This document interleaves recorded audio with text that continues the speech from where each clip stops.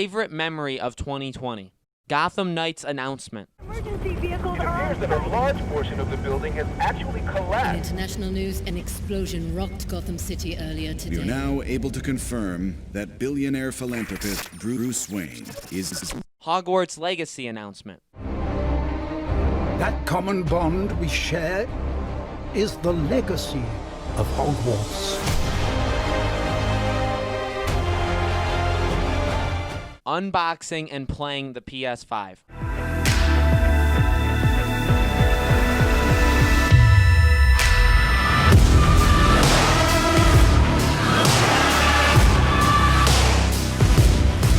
And the winner is Hogwarts Legacy's announcement.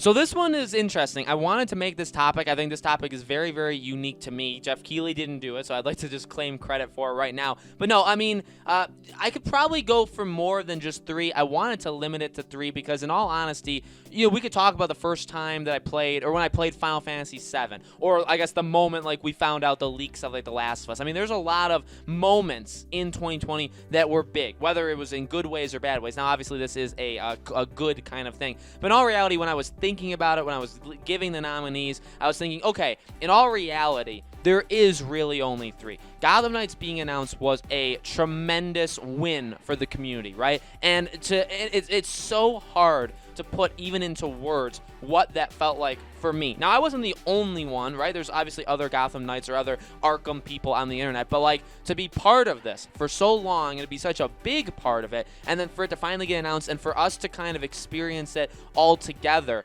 I don't know if we'll ever be able to recreate that moment. And that's what makes it to me so special. Hogwarts Legacy, or let me save that for last because that was the winner. The PS5. I mean, you guys know I'm a PlayStation guy. I can't really hide that, right? I love PlayStation. I've loved them for a long time. I can criticize them, all day, all night, right? But I'm generally more supportive of them. I play their products. I have their system. I have the Xbox and the Switch too, but PlayStation's kind of my thing. And when the PS5 came out, I mean, the entire year leading into the PS5, it's incredible. Consoles don't release every year, right? It's been 7 years since the PS4. I got the PS4 day one, but I wasn't on the internet. I didn't have a channel. It was actually a couple years before I started the channel. So this was the first time that I got to be part of, I mean, I guess I had the channel with a Nintendo Switch, but I never really, did anything with it. But this was the first time we got to be part of this. I mean, the lead up to it, talking about the system, talking about the controller, talking about all the games, and then finally getting it, I mean, miraculously, right? I do consider myself lucky because you have to be lucky to get this thing.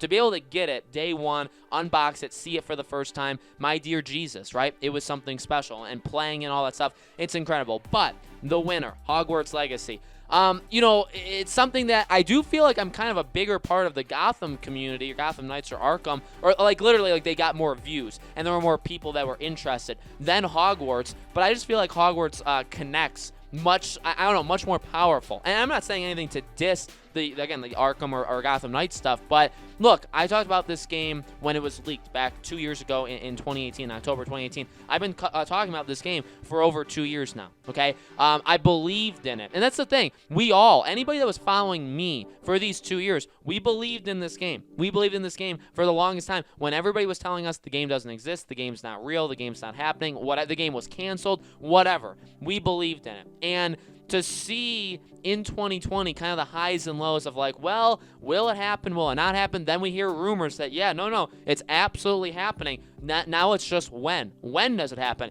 And then that September Sony State of Play, when they announced it, not even PlayStation exclusive, but just something, hey, we're going to announce this now. And they showed the trailer. Tears, almost tears. I didn't cry. I will be bluntly honest, I did not cry, but I almost had tears. I felt such emotion. Again, same reason for Gotham Knights. They are very, very closely related, and they do kind of feel the same thing where it's like, yes. Like you just smile and say like, oh, finally. You know what I mean? Like we got to, and I really honestly even get like goosebumps talking about it because we were all, again, part of the journey together. I mean, I made so many videos on this, and I think for, people who say like Math Chief or whatever his name is, like he's talked about it. I talked about it more, okay? It's not a competition, but in reality, if you want to say who's talked about it more consistently and the most, it was me. Now, did I get the highest views? No, but I mean, did I cover it the most consistently? Absolutely, okay? And I do take, it's not like an ego thing, but I take credit for that, but I also, like, I love that. I love that we all got to build this community together, and then seeing that trailer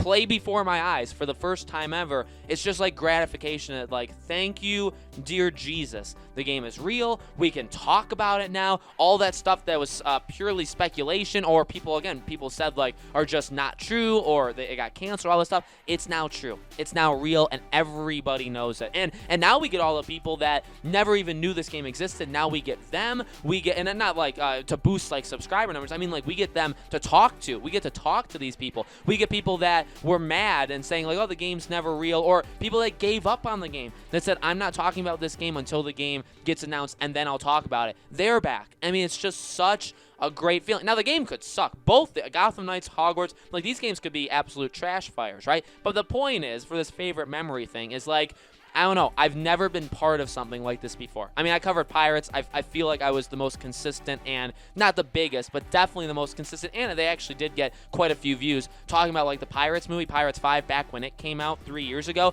which I felt kind of a similar thing where, like, I was leading the charge. And I felt that with these two games. And I felt, again, this kind of, like, we were right. We were right all along, and anybody that stuck with us, we were all on this journey together. And I think we will have other moments like this for other things, but it'll be very, very hard to recreate those kind of moments for, comparing it to something like this. So let me know, guys, in the comments below, what do you think? What was your favorite memory from 2020? Could be a game, could be literally, and it could be an experience of seeing something for the first time, anything. Let me know. Again, as you guys know, I do a brand new one of these every single day. This is part 5, I believe. There are 3 more parts. We got some really exciting topics coming up, and then there'll be more stuff after it to wrap up 2020 and to begin 2021, okay? Thank you for watching, guys, and I'll see you all on tomorrow's video.